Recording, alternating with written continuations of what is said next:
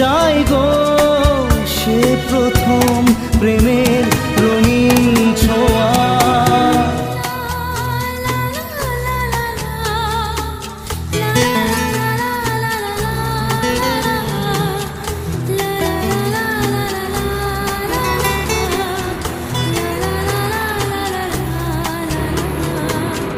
রাতে চাঁদেরই জোছনা হয়ে আলো দিয়ে যাব তোমার ঘরে। सबसे ज्यादा घर किसकी वजह से टूटती? जिंदगी की फलसफे का ये है कि भाइयों की वजह से कभी घर नहीं टूटता, लेकिन अक्सर